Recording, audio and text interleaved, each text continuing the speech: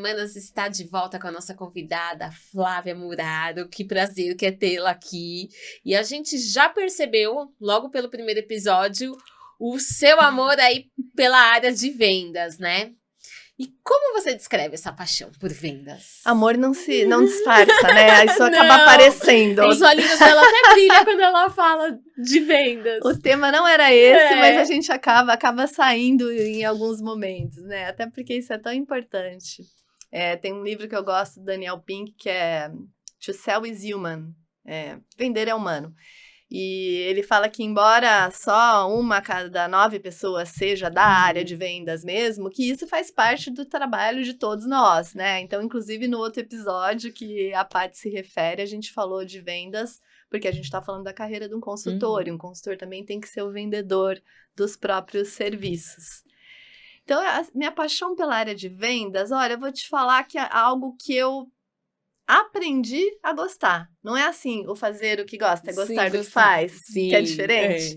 Que aí você vai conhecendo aquilo, porque é muito difícil alguém que tá ali, o Fabinho, seu filho, por exemplo, vai ser difícil ele falar assim, eu quero ser um vendedor. Não costuma ser a carreira dos sonhos das pessoas. Não costuma. Se bem que eu vou te falar que ele escolheu ele fala que ele quer ser professor de matemática. Maravilhoso. Uma graça, né? Mas você tá vendo que passou longe das vendas, né? Então tem muitos... Outro dia eu tava assistindo, fora do tema aqui, mas uma reportagem sobre mulheres caminhoneiras e a moça falando que ela sempre quis ser motorista de caminhão, que ela falava desde criança, achei bonitinho também. Mas venda, é muito difícil a pessoa querer ser vendedor, mas muitas pessoas vão para essa área, porque é uma área apaixonante mesmo. Eu lembro que o que mais me encantou na área de vendas, e não vou mentir para vocês, o que me atraiu, assim, de fora, foi a remuneração. Era a carreira mais bem paga que eu podia ter lá aos 22 anos de idade, quase sem experiência. A primeira, eu falei, opa, vou fazer isso. E claro, tinha questão que eu não era consciente, mas a minha busca por autonomia. Então, acabei indo para a área de vendas. E o que despertou essa paixão? Eu era muito vinde a mim também. Eu não ia falar com as pessoas que eu queria. Eu sempre fui uma pessoa sociável, mas eu não ia atrás de alguma coisa, porque eu esperava as coisas virem até mim. E talvez por educação, por viés de gênero, né? Sou uma mulher de mais de 50 anos, né? Você não é muito estimulada a ir atrás das coisas. E na venda, eu percebi que eu poderia conquistar tanta coisa, encantar, eu fazendo o movimento.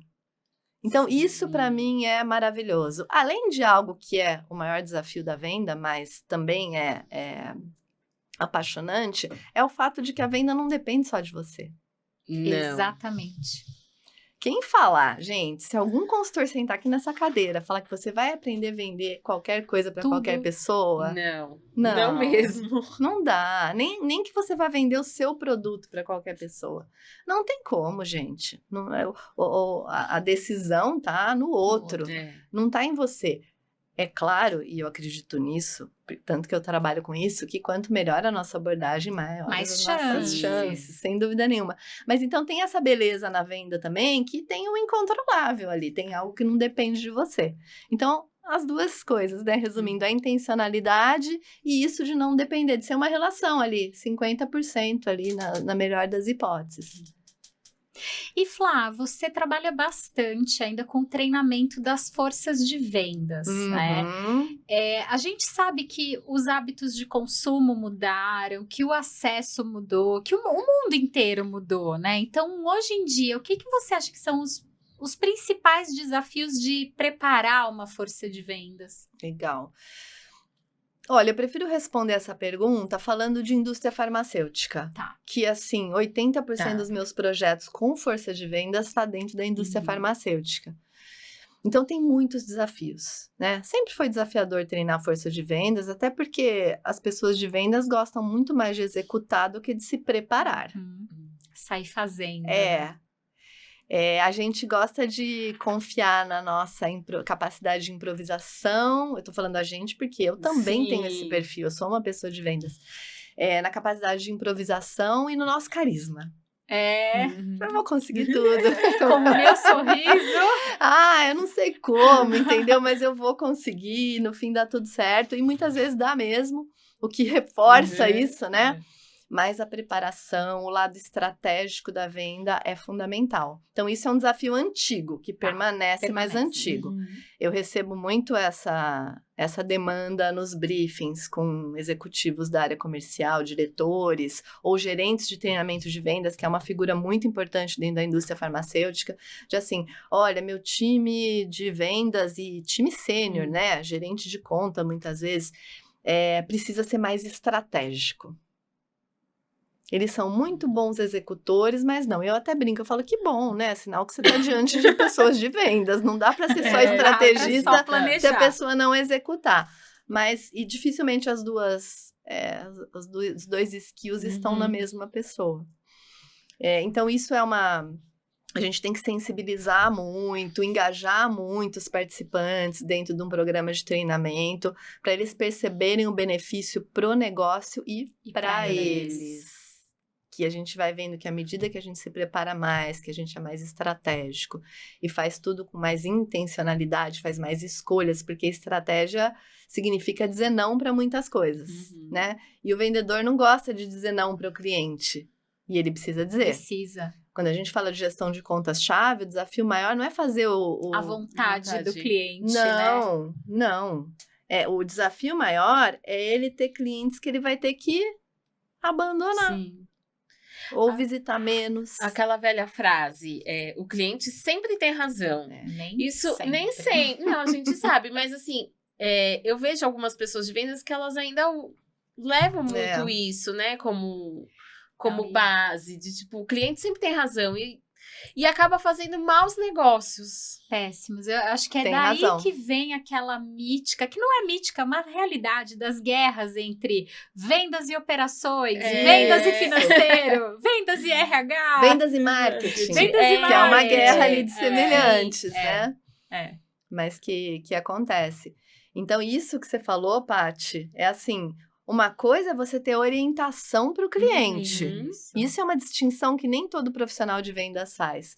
E a gente precisa ter muita orientação para o cliente. A gente precisa atender muito bem, saber servir bem o cliente. Mas isso não significa fazer o que o cliente quer. Exato. Ou porque você não tem condições de fazer isso, ou porque fazer o que o cliente quer, que é sempre que você venda mais barato e entregue produtos de maior qualidade, vai quebrar a sua empresa. Ou muitas vezes o cliente, isso acontece muito com o cliente de consultoria. O cliente não sabe ainda, ele não tem consciência do que ele precisa. Ele sabe o que ele quer, mas ele não sabe o que ele precisa muitas vezes. Eu acho que ele tem uma visão sintomática, mas não das causas reais, né, daquele problema que ele tem. Exatamente. Ele quer tratar o sintoma, mas não a causa. Perfeito. Agora, tem desafios mais contemporâneos. Então, o que vem acontecendo hoje? Você, como consultora de transição de carreira, sabe. Os ciclos de permanência dentro das empresas estão cada vez menores. Cada vez menor. E isso tem diferença de 10 anos para cá, de 20 mais ainda, de 30 mais ainda. Então, os times, eles estão muito heterogêneos. Então, tem pessoas com backgrounds diferentes, idades diferentes. Antes você via pessoas de 25 a 40 anos. Eu lembro quando eu entrei, até uma querida, que é a Lúcia Xavier. Eu lembro quando eu entrei na Sanofi, tinha outro nome a empresa, né? Depois com várias fusões e aquisições, virou Sanofi. Eu tinha 29 anos e a Lúcia tinha 40. Eu falava, nossa, 40. Não, hoje a gente tem acho que 4, 5 gerações diferentes. Né? Exatamente. E uma diferença de idade muito grande. Então, numa mesma equipe de vendas, você já vê pessoas de 20 e de 60 anos. Então, é muito heterogêneo, tanto com relação à fase de vida, que isso traz também sabedoria, bagagem, quanto de abertura para tecnologia, por exemplo, que aí está mais na base dos mais jovens. Então, é um desafio muito grande. Aí você fala, você vai lá trazer um conteúdo, desenhar todo um programa, mas que vai ser para a pessoa de 20 que acabou de entrar na empresa e para o cara de 60 que está há 30 anos na mesma função, fazendo a mesma coisa. Então, esse é um desafio bem interessante. Claro que a gente tem maneiras de lidar com esse desafio. Aí também dentro da indústria farmacêutica. A indústria farmacêutica é uma indústria regulada. É. E a regulação, a regulamentação, a complexidade regulatória da indústria, ela é enorme. E compliance também. Então, por exemplo, você não pode fazer propaganda de um medicamento para um paciente. Você tem que fazer para o profissional de saúde. Tá. Isso já há muito tempo. Aí depois, depois da Resolução 96, que já tem há décadas também da Anvisa, isso ficou mais regulado ainda. Então, por exemplo, você não pode treinar um representante da indústria farmacêutica para ele chegar para um médico e falar assim, doutora Patrícia, prescreve isso para mim que eu te pago um congresso no fim do ano. Isso não pode ser feito. E que era feito deliberadamente, né? A gente ouve várias vezes. Tem até aquela. Não é? Você chegou a assistir aquela série? Agora eu não vou lembrar. Império da Dor? Isso, do vício dos Claro. opioides, né? A gente Assisti, via aquela sim. galera de vendas ali. Exato, umas mulheres bonitas cantando os médicos para eles prescreverem, e a empresa dando carros e fazendo aquilo intencionalmente também. Isso, eu já nem peguei isso, né? Eu já entrei na indústria, uma época que já não era mais dessa maneira. Mas já era muito menos regulado, né? Então, você podia, no final do ano, levar um champanhe lá maravilhoso pro médico. Hoje, não. Você não pode dar presentes, né? Então, as coisas... então, a gente precisa treinar e, muitas vezes, a força de vendas vê essa complexidade regulatória e o compliance como algo que inibe a criatividade. Mas como é que eu vou criar se nada pode? Não, é que a gente tem que ser mais criativo ainda, né? Para sair dentro de preceitos éticos e tudo mais. Então, isso é um desafio. Um desafio muito grande aí é para todas as indústrias, tá? Mas na farma também. É mensurar as ações de treinamento. Sempre, né?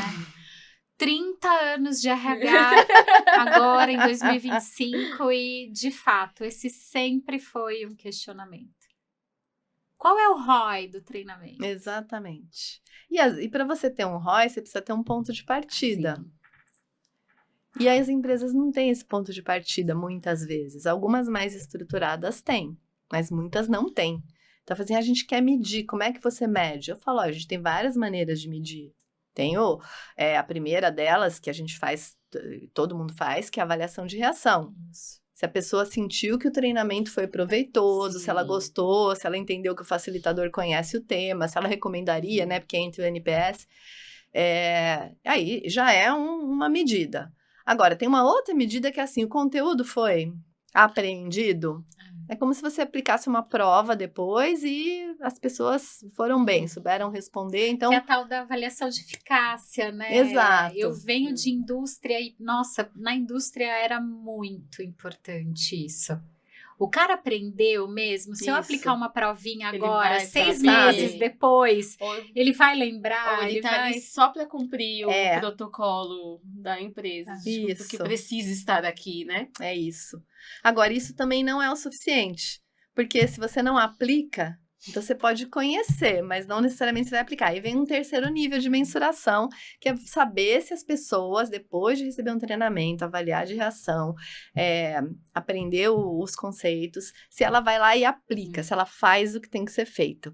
E principalmente quando a gente fala de soft skills, né, que são as habilidades, o saber fazer, e não só o saber, isso é muito importante. Porque o conhecimento só que não é aplicado não vai servir ele pra é um muita boato, coisa. né? Gostei, Ele é um Pri. boato. Eu sou apaixonada, né, pelo universo de treinamento. E eu sempre falo isso, falo assim, ó, o conhecimento que você não aplica, ele não é seu, ele é um boato. É isso mesmo.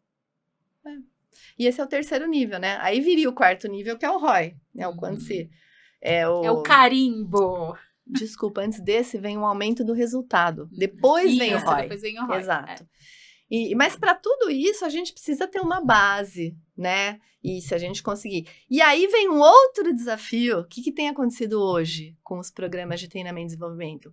As empresas todas, e isso também em outros segmentos, têm contratado mais programas mais enxutos. Enxutos, virtuais, né? Também, isso é um outro desafio, combinar ali o virtual dose. com o presencial. Isso também, né? Porque são momentos diferentes, tem engajamento diferente, então é um baita desafio hoje, que veio depois da pandemia, principalmente. Mas que permanece, né? Muita coisa ficou online. Mas tem isso das empresas estarem contratando muito, aqui ó, vem fazer um workshop aqui de 8 horas na nossa convenção de vendas. Como se fosse a pílula mágica, né? Vai resolver todos os problemas. Uhum. Uma intervenção pontual de 6 horas. E a mesma coisa, assim, as empresas mais estruturadas, elas dão conta de fazer em casa esse acompanhamento e conseguem inserir o que é pontual ali, a intervenção do consultor, da consultoria pontual, num programa maior. E depois verificar se isso está sendo feito, realizado e tudo mais. Conversar com as ferramentas de dentro da empresa. Agora, outras não. E a coisa acaba se perdendo. Então, isso também é um desafio. Você vê que eu estou olhando minha colinha, né? Para isso que vocês Lógico. falaram. Outra coisa para a indústria farmacêutica são os grandes grupos de saúde. Então, quando eu estava na indústria lá atrás, ainda como representante, você tinha o hospital X, o laboratório Y e um plano de saúde Z.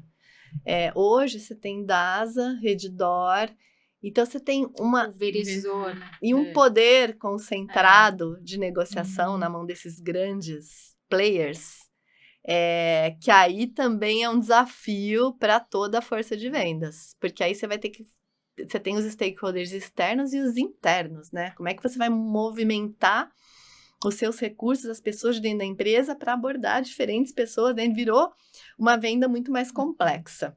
Não estou dizendo mais difícil, porque a venda sempre foi difícil. Mas mais complexa, sem dúvida nenhuma, com esses grandes grupos. Pessoas mais informadas, com mais processos. Processo. Exatamente. E eu acho que são essas, viu? Do que a gente tinha para falar de vendas. A indústria farmacêutica não tem muito isso, mas outros segmentos eu percebo que tem o desafio de não querer tirar as pessoas do campo.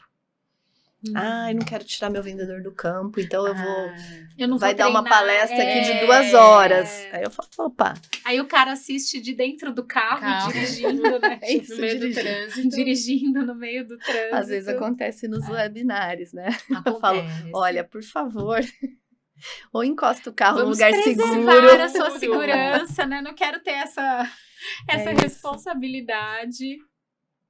Muito bom, Flá. E agora a gente reserva novidades, né? A partir do próximo episódio. A gente vai querer saber mais sobre o seu universo de liderança, de diversidade, de inclusão, né, Paty? Então, fiquem ligadinhos que segunda-feira, às 12h30, estamos de volta. Tem mais!